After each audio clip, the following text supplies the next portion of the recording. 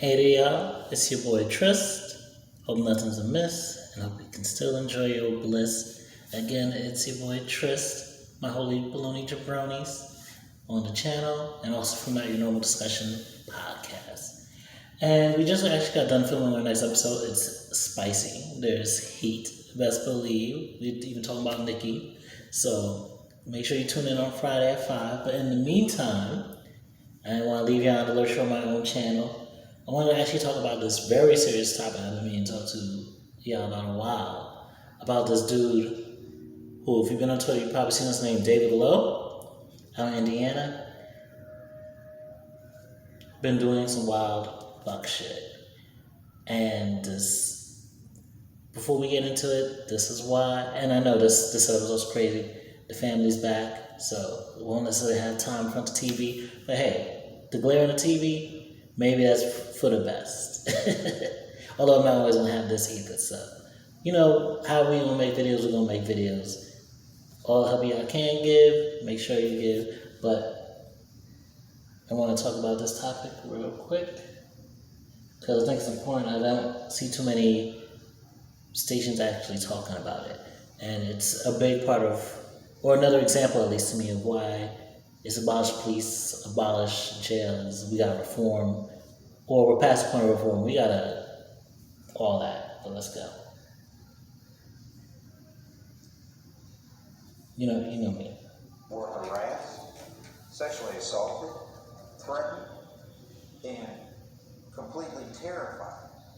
Startling allegations coming out of the Clark County Jail tonight.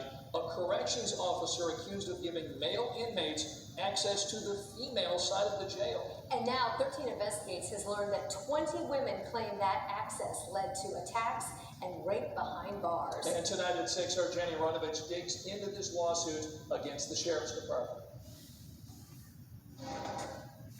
So, there's actually 2 lawsuits. Let's see when this came out. This came out June 28th, but it was recently shown that there's actually 2 lawsuits. One that came out, I want to say June of this year, or maybe even earlier. Actually, maybe April. Don't catch me lying. I might report on news, but I'm no news reporter. But, so first lawsuit had 20 women, and then the following lawsuit had an additional 8 women who were subjected to this kind of treatment on behalf of David Lowe, who was a corrections officer out in Indiana. So, talk about pervasive bullshit and fuckery and evil.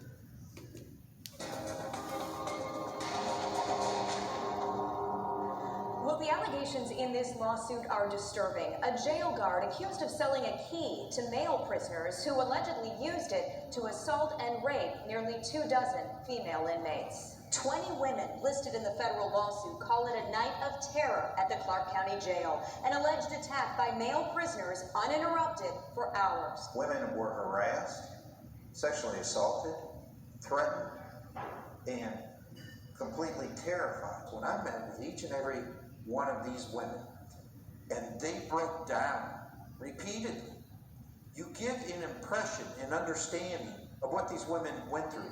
According to the complaint, the incident last October started with a bribe behind bars from David Lowe, a now former corrections officer who's facing separate criminal charges. The civil lawsuit says Lowe, in exchange for money, gave male inmates keys to access the female jail pod, Which of course allowed the male inmates at one point during the night to come in with their faces shielded by articles of clothing or towels. The lawsuit claims multiple men grabbed and groped the female inmates, exposed their genitals, and at least 2 women, the suit says, were raped. Alleged attacks that lasted hours. These females were doing everything they could to alert the jail staff. They were pounding on the door for help. They were hitting the buzzer on the inside of the pod in order to alert jail staff. The lawsuit claims once officers did respond, the female inmates were punished by losing privileges. Attorneys say they're now working. Yeah, and it's crazy if they don't go into it. But, yeah, so this horrific, evil-ass shit. For $1,000 a pop between 2 men. So I think 2 men gave him $1,000 each. He gave them the keys. The guards did not respond for hours. And then when the women were finally rescued, or when the guards finally decided, I guess, the male inmates had enough of their own fun. They came in and then they punished the woman for reporting it. They did things like take away their hygiene tools, so their towels, or their toothbrushes, their soap. They came in, they left the lights on for 72 hours so that they couldn't get sleep. Basically torturing them, sleep deprivation. And just all kinds of fuck shit like that. So you allow rape, you torture women for reporting it, and the guy has admitted to doing this, but yet there's still, like, why is he not already under the jail? I don't know, why does the civil suit have to come first before the charges are actually laid out? Sorry for the glare. But this can't be the first time some shit like this has happened. Excuse me, sorry about that. But yeah, this really can't be the first time some shit like this has happened. And because think about it, it wasn't just him as the only guard, there were other guards too.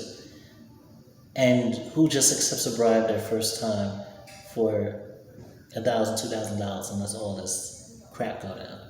Some evil, heinous shit. And I don't think they're even getting, let's see if they talk about the degree of, like, the way they tormented these women for reporting the fact of what they allowed upon them. But again, we talk about that blue line, that, like, that code of silence, that we hold each other down. Yes, it extends to correctional officers. Like, also, like we talked about in the podcast, the Raymond Chalazon murder by Deion Middleton, who, like, killed a kid and then went right on his way to work like nothing happened. This is a pervasive problem that reforming the police with more sensitivity training isn't going to stop. Like, how do you sensitivity train people out of taking money to allow gang rapes to happen?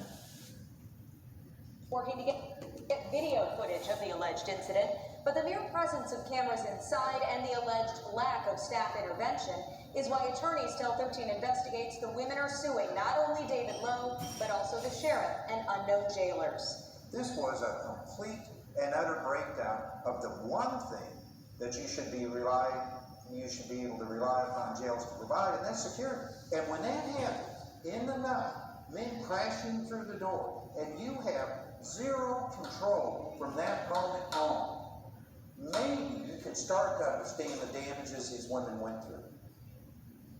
13 Investigates reached out to the Clark County Sheriff's Office today, and they told us they don't comment on pending litigation, but they did tell us that David Lowe was investigated and arrested the night of this alleged incident. His felony case goes on trial in September. If you want to read the civil lawsuit, we've got it for you on WTHR.com. So, he was supposedly arrested and jailed that night. What about the other officers who did respond to him and then further torture him? I hate when they just start with ads out of nowhere. At least until they start putting ads in my videos, which might be wild because, you know, I be covering topics like this. I be cursing too much. Pray that I become ad-friendly, y'all, one of these days, so that I'm going to have to start talking euphemisms and stuff like that. But yeah, you see the problem here. Like, David Lowe clearly wasn't the only person. That's why the lawsuit is naming other unknown jailers and also the sheriff. Like, this can't be the first time something like this has happened. That he's just, sure, why not? Like, little things build up to this point. And this is also, like I said, in Indiana, same place where that 10-year-old rape victim in Ohio had to travel to Indiana and the Attorney General was trying to give them smoke for performing an abortion on her because they were getting ready to change their own laws too. They just hadn't changed it at the same time as Ohio had. And so imagine these women get pregnant from their rapists. Is Indiana going to let these women get their abortion? Like, all these things are tied in together.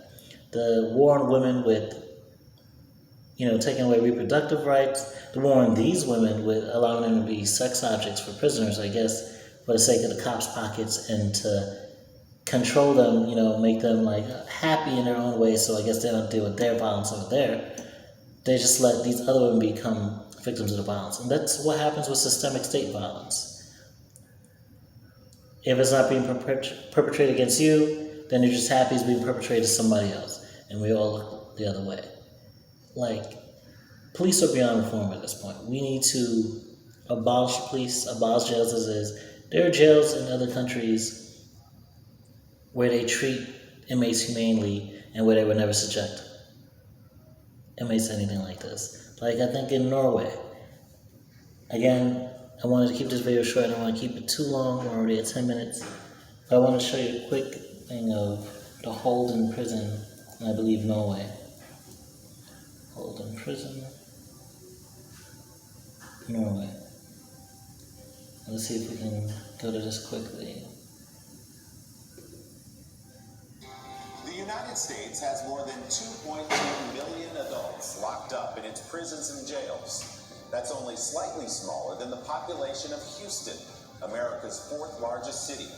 Many of the inmates are repeat offenders, which raises... So imagine already, like, the fourth largest city in the country is basically all the people in prison. And this is back in 2019, so you know that number's higher. It is the age-old question of what we want out of incarceration. Punishment or rehabilitation so prisoners do not return. One Scandinavian country is Scandinavia. I'm over here saying Sweden. As part of our week-long series here at NBC News looking at criminal justice reform, Kelly Kobiea travels to Norway for our Sunday Spotlight.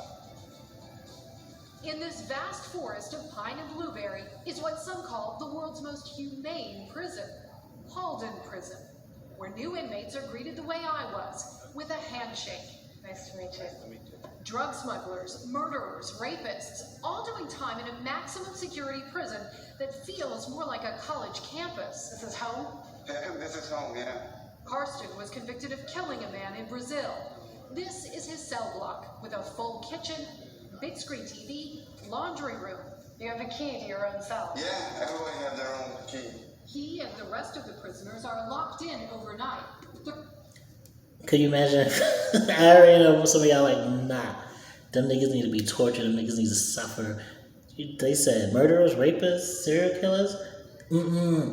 But the thing is, a lot of these people eventually get out of jail, right? Like even David Lowe, as fucked up as he is, he's a correctional officer. You think he's going to spend the rest of his life in prison for allowing those inmates to go rape those female inmates?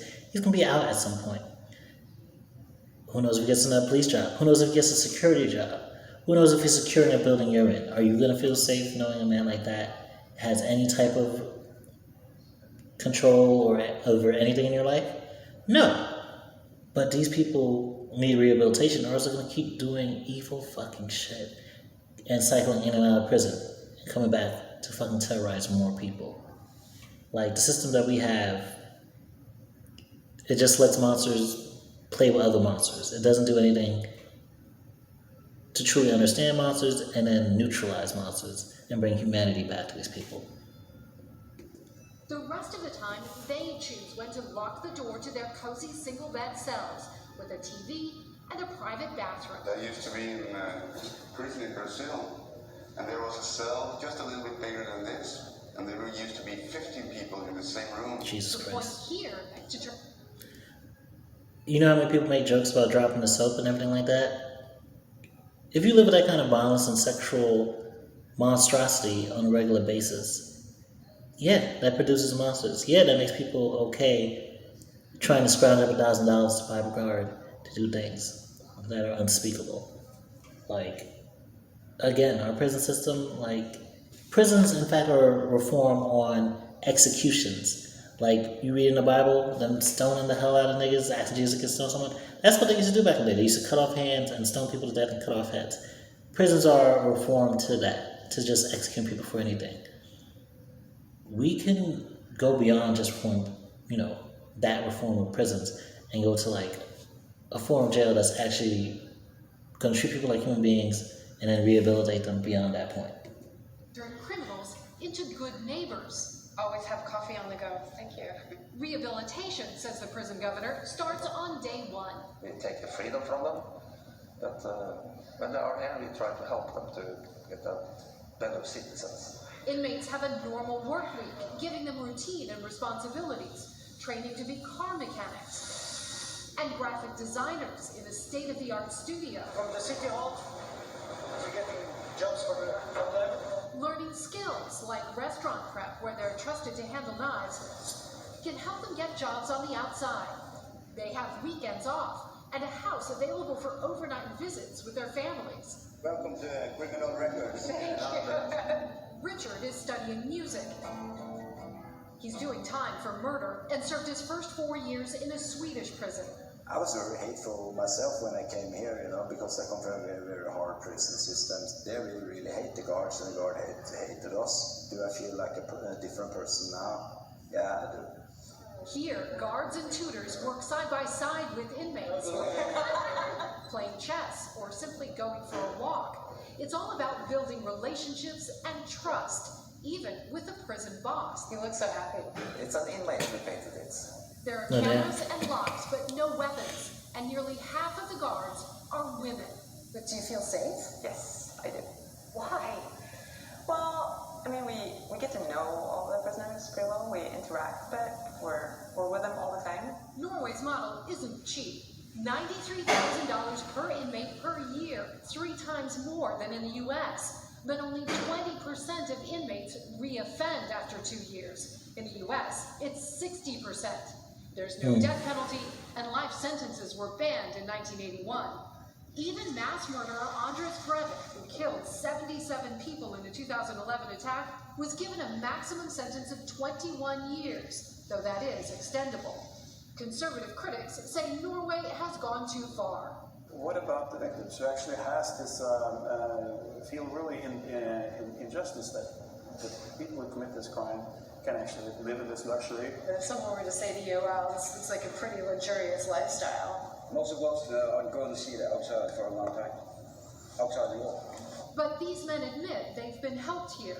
Before I think more like a criminal, but now I start to think more like a normal guy, If you treat an inmate like an animal, he'll be an animal. If you treat an inmate with respect, he'll respect you back.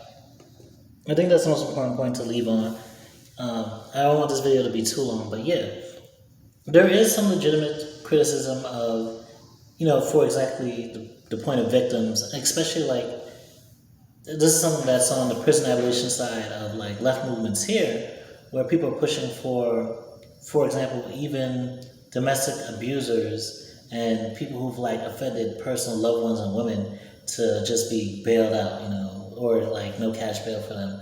And that is a situation where I've come to the point where I'm like, I'm largely for abolishing the prisons, but I do think people who've like harmed women, those people don't necessarily need, especially family members too, those people don't, like loved ones, girlfriends, wives, those people don't need to be like let them sit in jail during the case, because likely they're going to come out and try and kill their victim / witness. So those are the situations where I'm not necessarily in full agreement with like, oh yeah, like everyone needs to be out of jail, especially non-violent crimes, and then especially for violent criminals, you need that rehabilitation sense of like yes, you're serving time, you don't have your freedom, you're doing things working here, but at the same time, we're treating you like a human being. You don't feel like an animal, you don't feel like a monster, you don't feel like you're scheming how to get in, get out, you don't feel like and because that corruption, again, police are already corrupt. Yeah, you're not going to say me praising the police, but that corruption and dealing with that space rubs off on the guards who are guarding them, where a man would be willing to take $2,000 to allow for the violation of nearly 30 women. So I think we need to really look at how we consider law and order in this country, what we consider as justice, and when we say rehabilitation, what do we mean? Do we just mean people being locked in cages until like hopefully the family feels a little bit better about them being on the streets? Or do we actually go and do something to like make sure that when they get out on the streets, they act like fucking human beings and they aren't resorting to some of the same evil criminal shit that they used to do? They understand what they did was wrong, and they understand how to operate as real good-ass citizens again. You could disagree though. Leave your comments down below. Let's have a dialogue, and hope to see more of y'all, and then you'll see more of me. Subscribe, share, and let's make a difference.